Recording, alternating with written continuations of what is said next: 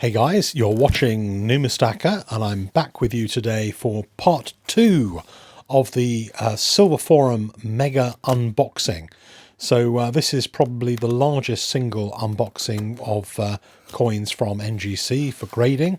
I do the grading of coins for the Silver Forum, so most of the members are based in the UK and around Europe, quite a few in North America, although they don't tend to use me for grading because they have their own local ways of doing things, although there are some exceptions. And this lot of coins has got a number of boxes, and the boxes are, apart from this one, crammed full of interesting coins that the Silver Forum members have asked to have graded with NGC. So these coins go from the UK all the way over to Sarasota in South Florida, and then it takes something between 2 and 6 weeks normally at NGC, and then they come back having been graded, or in some cases conserved by NCS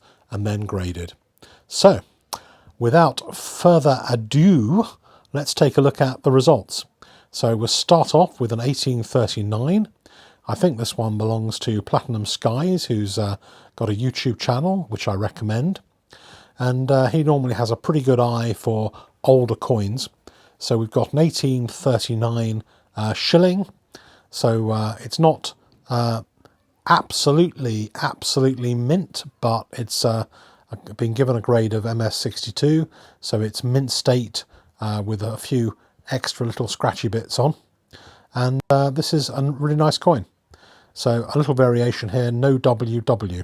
So I don't know, I presume that in 1839 they had ones with WW and some without WW, and I don't know which are the best ones. So on to some other ones. I particularly like these when they went in for grading. So this is a set of, I think, 6 from Nui. This set belongs to YouTuber Regal Stacker, so have a look at Regal's channel as well. And he wanted to grade this set of coins, and it's really nice. Each one of them represents a particular kind of element of Greek mythology. You've got the Gorgon, the Cyclops, the can't remember which other ones there are. We'll see them anyway. The Minotaur.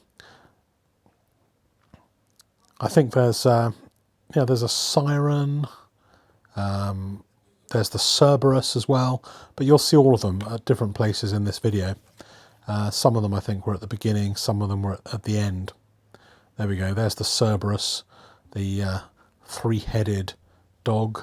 I particularly like this one actually. But they're all nice. They're all really nice, good quality coins. You don't see them very often. So they're produced over in Australia. Legal tender on the island of Nui. Pretty nice, I think. Next up, we've got a few sovereigns, and these are part of a big sovereign collection. They were graded separately from some of the others because they are modern tier.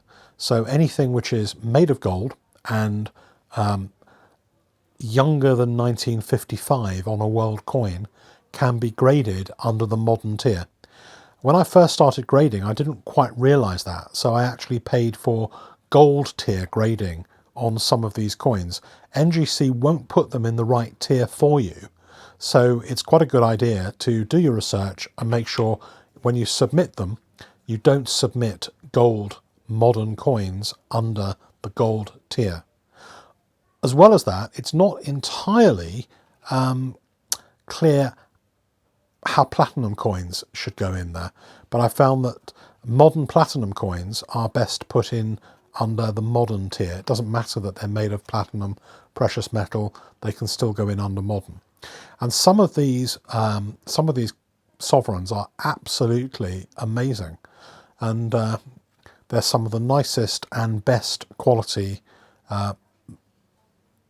early Queen Elizabeth II sovereigns that I've seen. I mean, they're almost perfect, really. I mean, just look at these coins. You get a lot of luster on them.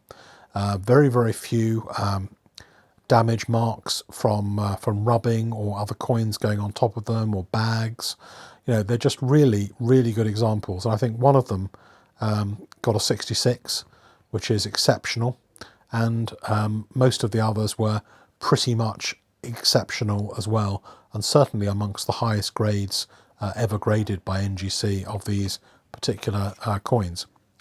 There were quite a few minted. They're not particularly rare, but when you see one like this, a lot of people ask, well, what's the plus for? And if NGC believe that the coin is right at the upper end of the grading scale for a particular grade, they will put a plus on them. You don't see plus coins very often, but they obviously really like this one. Sometimes you'll see a plus, which means it's right at the end of the grade. It's almost, in this case, a 65. And sometimes you'll see an asterisk or a star after the grade, which means that it's got what they felt an exceptionally attractive look. Very rarely you will see a plus and a star. I haven't yet come across one with a plus and a star, but I do know that they exist, and they're quite highly sought after by collectors. And whereas most people collect the coins, there are some people who like to collect the different types of slabs as well. Each to his own, but I always get quite excited when I get a star grade or a plus grade on a coin, because there are normally very, very few of them in the census. So it's quite nice to say, well, mine is a tiny bit better than your one without the star or without the plus sign. So, on to an Australian coin, $10 denomination, year 2000, millennium, and I really like this coin. It's a little bit fancy. I'm not sure I would buy one necessarily myself, but I think it's probably a good idea to have it graded. It's got quite a nice grand look to it, I think. It didn't get a 70, which I know will displease my good buddy Regal Stacker, but you can't get 70 on everything. And it's always a little bit hit and miss in terms of which ones make a 70 and which ones make a 69. This one is another British in inverted commas coin. This is the island of Alderney, which is part of Great Britain. And this one is celebrating the 300th anniversary of the coronation of King George.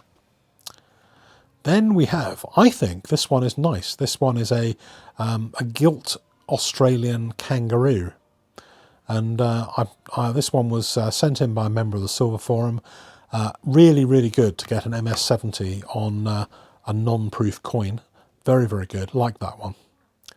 This one is the first one, in fact there's two or three, that I've had Canadian coins where the Silver Forum member has specified the Canada Maple Leaf label. And I think it looks great. I really like this. I like the quality. I like the look of this coin.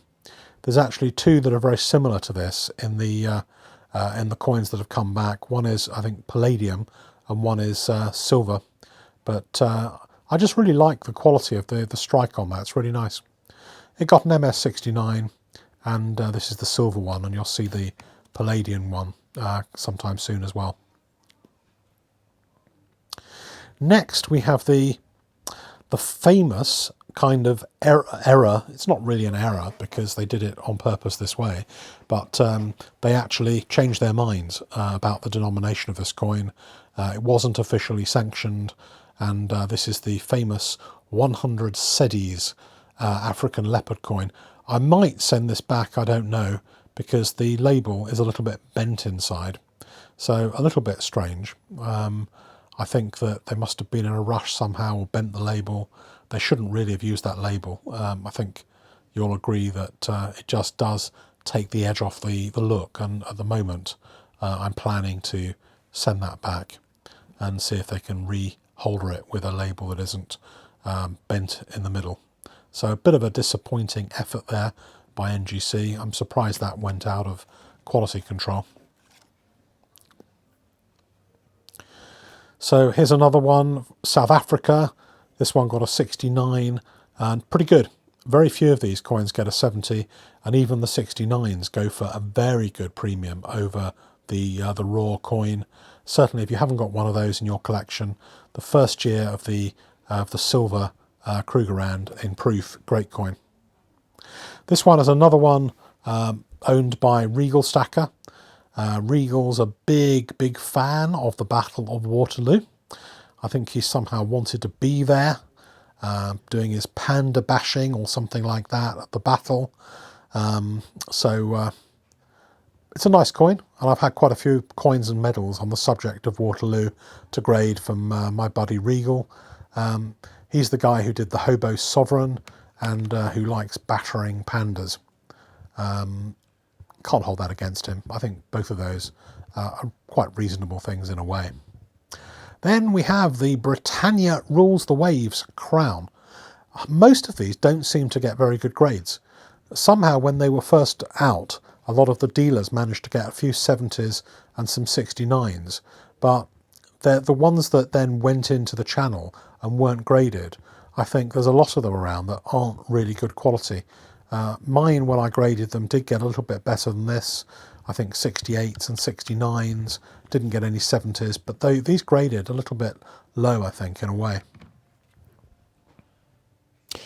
Next up, we have the 2017 Plain Fields Britannia. So this is a special version of the Britannia for 2017.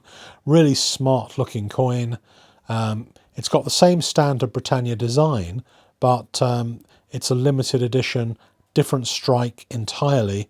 It's got a proper high caliber raw mint strike on it, a BU strike, designated as DPL by NGC, and there were only 10,000 of these produced.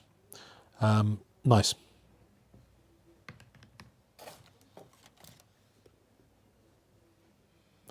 Okay, so then we come on to the 2017 Rwanda.